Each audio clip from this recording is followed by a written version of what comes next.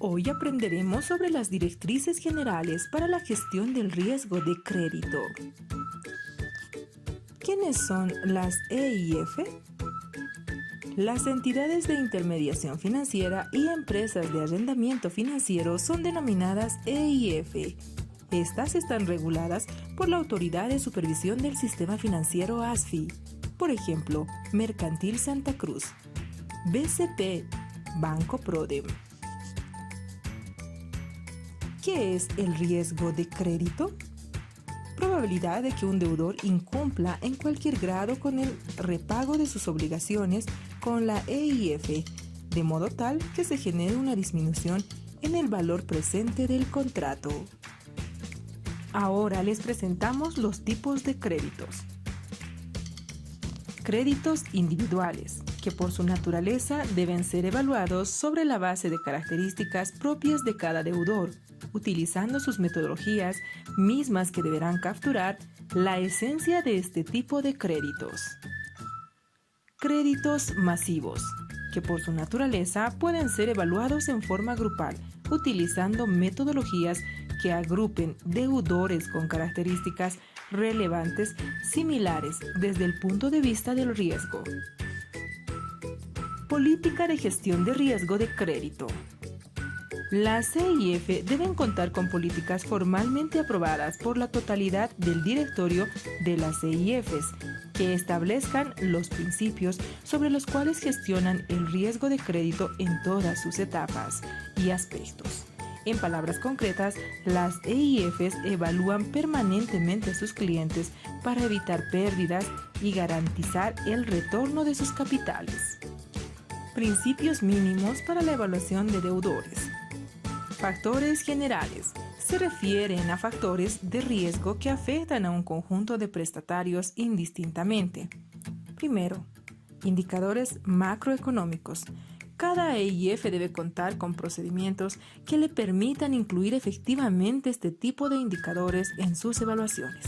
Segundo, análisis del sector.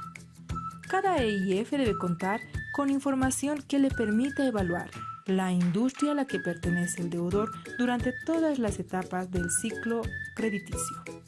Tercero, análisis grupal.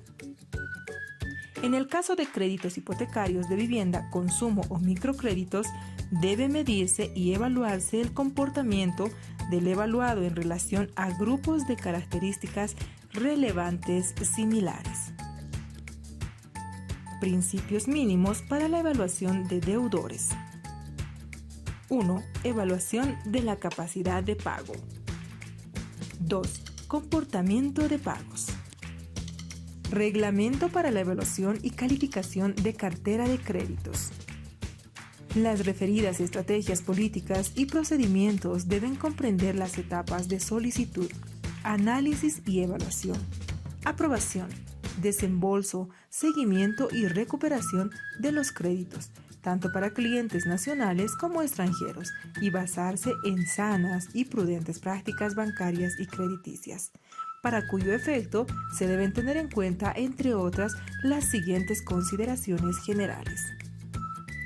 Categorías de calificación por tipos de crédito.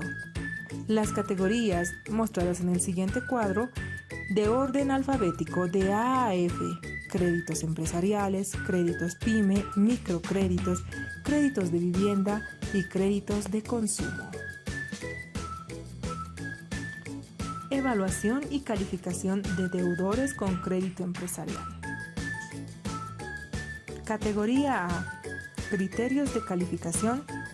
Corresponde a aquellos prestatarios que cuentan con capacidad de pago reflejada en flujos de caja operacionales positivos, suficientes para cumplir con el pago a capital e interés de acuerdo con los términos pactados.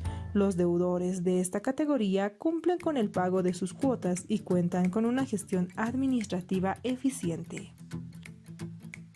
Categoría B. Criterios de calificación. Corresponde a aquellos prestatarios que cuentan con capacidad de pago reflejada en flujos de caja operacionales positivos que le permiten cumplir sus obligaciones de capital e intereses en los términos pactados. Su capacidad de pago presenta variaciones negativas, transitorias y no recurrentes, debido a situaciones desfavorables de su actividad económica, atribuibles al entorno económico o factores internos en la gestión administrativa de su actividad. Los deudores de estas categorías podrán presentar retrasos en el pago de sus cuotas por razones transitorias. Categoría C. Criterios de calificación. Corresponde a aquellos prestatarios que presentan flujos de caja operacionales positivos suficientes para el pago de intereses, pero insuficientes para el pago de capital, de acuerdo con los términos pactados. Las variaciones de flujo de caja derivan de dificultades en la actividad económica del prestatario atribuibles al entorno económico, factores internos de su actividad o inapropiada estructuración de sus obligaciones financieras. Categoría de criterios de calificación. Corresponde a prestatarios que presentan flujo de caja operacionales insuficientes para cancelar la totalidad de intereses y por tanto el pago a capital es incierto.